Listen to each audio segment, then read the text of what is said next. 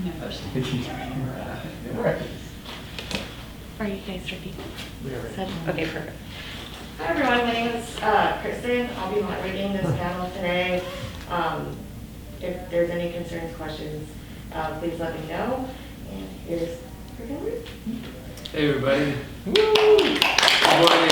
Thank you. It's 7 a.m. in my body.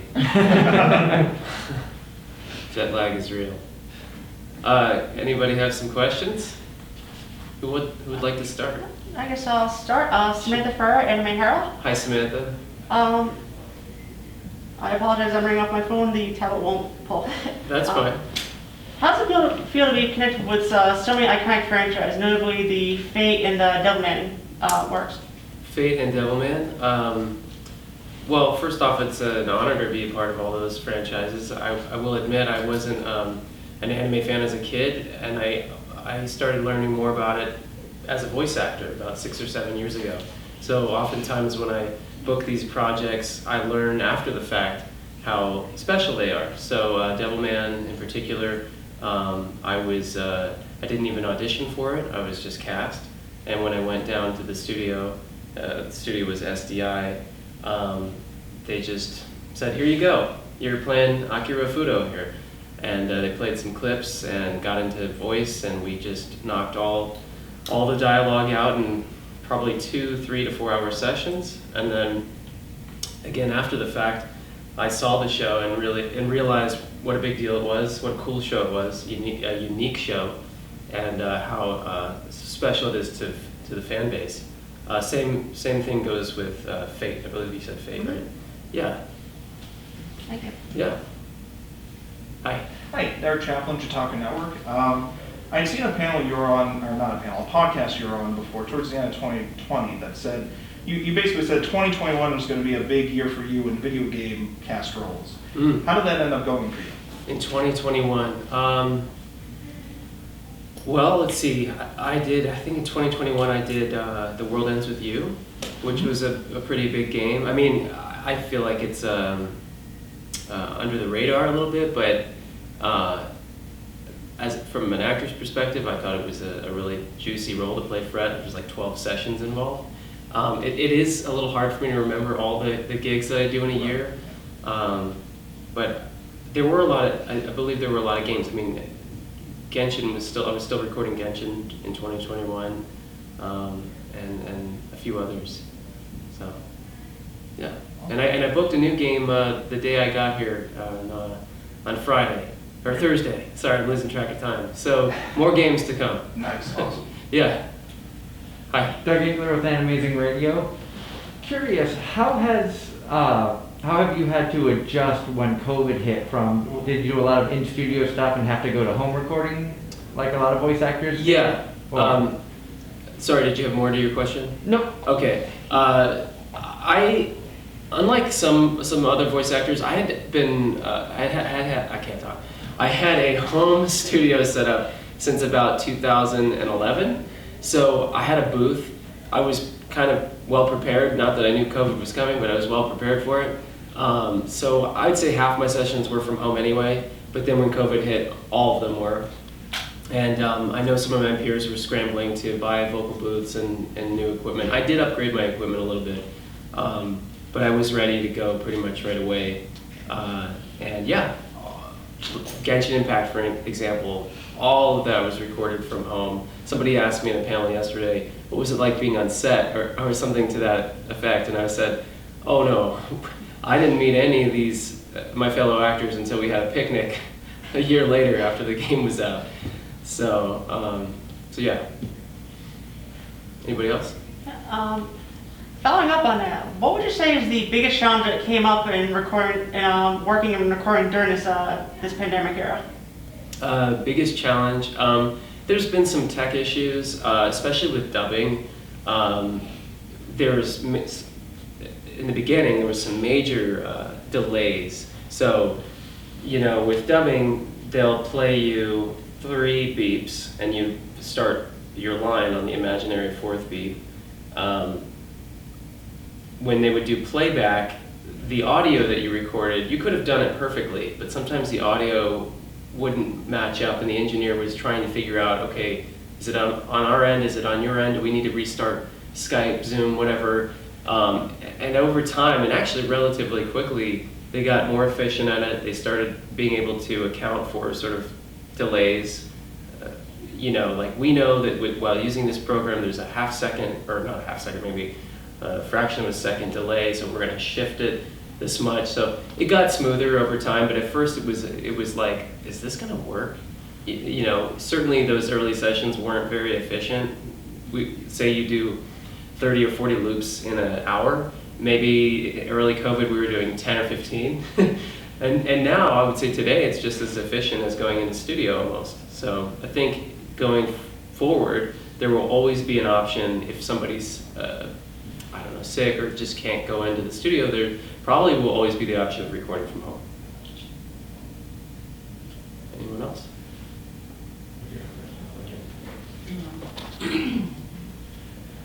With recording so many iconic roles, was there any role that you did that you were surprised that it took off as big as it did, whether it be anime, video games, things of that nature? Totally. Well, definitely Child from Genshin. I say this often in the Genshin panels that I do. So many projects we work on, people want to say, you know, they say it's going to be the next big thing because, you know, everybody wants their project to be that next big thing. And it was the first time where they said that and it happened. So I was shocked to join TikTok and have 700,000 followers over the course of 12 months. So I never would have guessed. I never considered myself a social media guy either. So it's just a change of pace for me. All right. And actually, in this age of social media, Yeah. how do you manage the expectations of celebrity and parasocial relationships? Celebrity and what was the Parasocial relationships. Parasocial relationships. So to understand you correctly, how do I deal with my social media presence and sort of having an influence? Exactly. Well, it's been tricky. There's definitely some pitfalls. You know, you have to be. You are an influence to younger people, to older people, fans in general. So you need to be mindful of what you're putting out there. I in particular like to have fun and kind of push the envelope a little bit with my humor and posts. But as much as that has kind of gained me followers, it can also be something that I have to be careful with because my humor isn't for everybody and it can offend sometimes. So yeah, you just need to be vigilant with your posting and sometimes you just need to take a break, you know, because there is a new pressure when you have this sudden influx of followers and you're like, well gosh, now I feel like I need to keep feeding and offering content.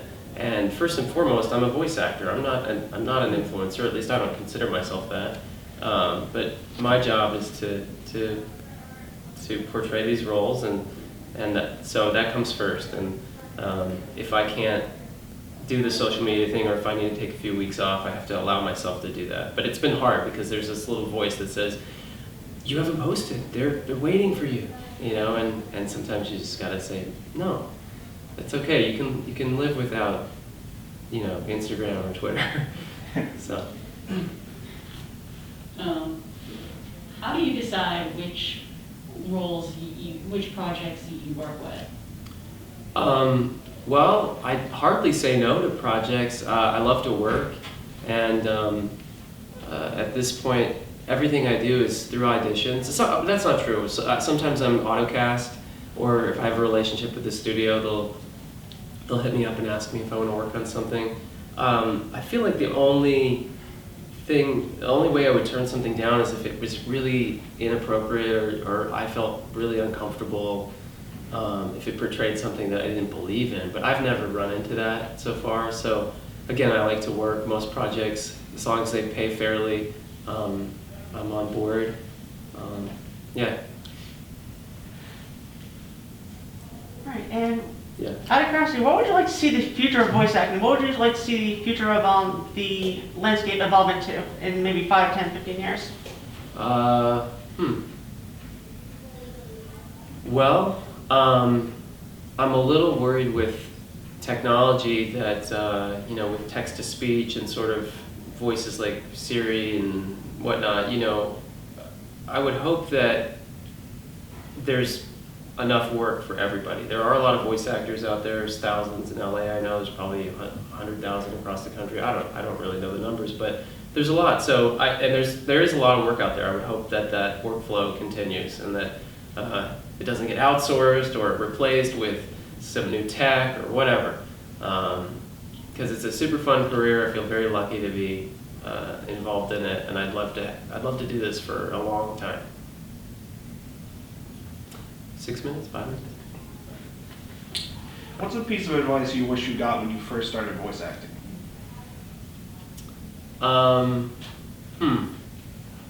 Well, I wish I had gotten into anime sooner.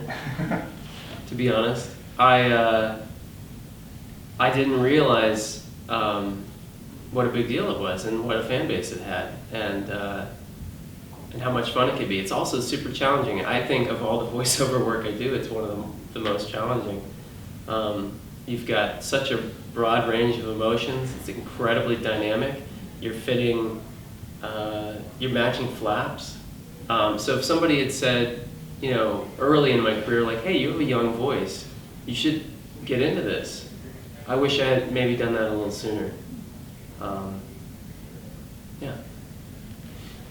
Now, through your career of voice acting, has it surprised you how much the world of voice acting has grown? All the new voice actors that are coming in every year, we're seeing new names in big roles through not just the anime world, but video games and things like that. Yeah.